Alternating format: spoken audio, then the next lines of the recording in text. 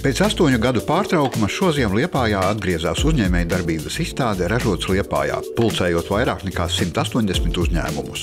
Apmeklētājiem bija iespēja iepazīt vietējos ražotājus, amatniekus un inovatorus, kuri demonstrēja plašu piedāvājumu no pārtikas un tekstila ražošanas līdz augsto tehnoloģiju risinājumiem. Izstādes rīkotāji norāda, ka pasākums atspoguļo reģiona uzņēmējdarbības attīstību, kamēr dalībnieki to uztver kā iespēju paplašināt klientu loku un veidot jaunas sadarbības. Viens no plašākajiem izstādes stendiem bija uzņēmumam Liepājas Rass, kas kopā ar abiem Liepājā strādājošiem atkritumu operatoriem popularizēja zaļo domāšanu un ilgtspējīgu dzīvesveidu. Liepājas Rass šodien ir uz izstādi Ražots Liepājā atvedis informāciju un dažādus materiālus par to, kā pareizi šķirot atkritumus.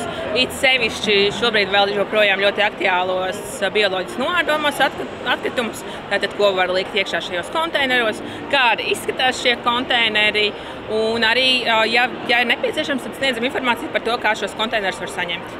Izstādes apmeklētāji negriež galvu projām un ir ieinteresēti paskatīties, kādus materiālus mēs piedāvājam, un arī iesaistīties ar mums sarunā par to, vai viņi šķiro atkritumus un kādi ir viņu ikdienas paradumi, un vai viņi ir jau sākuši šķirot bioloģiski noārdāmos atkritumus. Kā mēs zinām, ka no 24. gada tas ir obligāti jādara visiem Latvijas iedzīvotājiem, un šādi mēs piedāvājam iespēju to darīt šeit pie mums Dienvidkurzemes atkritumu apsaimniekošanas reģionā.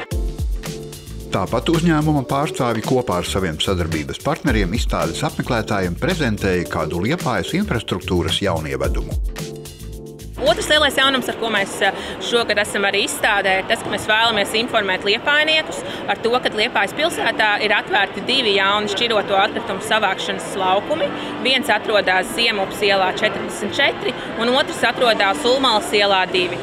Un iedzīvotājiem tā ir ļoti laba ziņa, jo tas ir tuvāk viņu dzīves vietām. Šie laukumi atrodas un ir iespēja nodot ne tikai šķirotos materiālus kā iepakojumu, bet šajos laukumos ir iespējams nodot arī materiālus pa maksu, kurus mēs nedrīkstam mest sadzīves atkritumos, bet kuri ir īpaši jāapsaimnieko. Izstāde Ražots Liepājā norisinājās 5. reizi, tomēr par to, vai to plānots turpināt tradicionāli rīkot reizi 2 gados, pašvaldība vēl atbildi nesniedz. Galvenokārt tas būšot atkarīgs no dalībnieku atsauksmēm.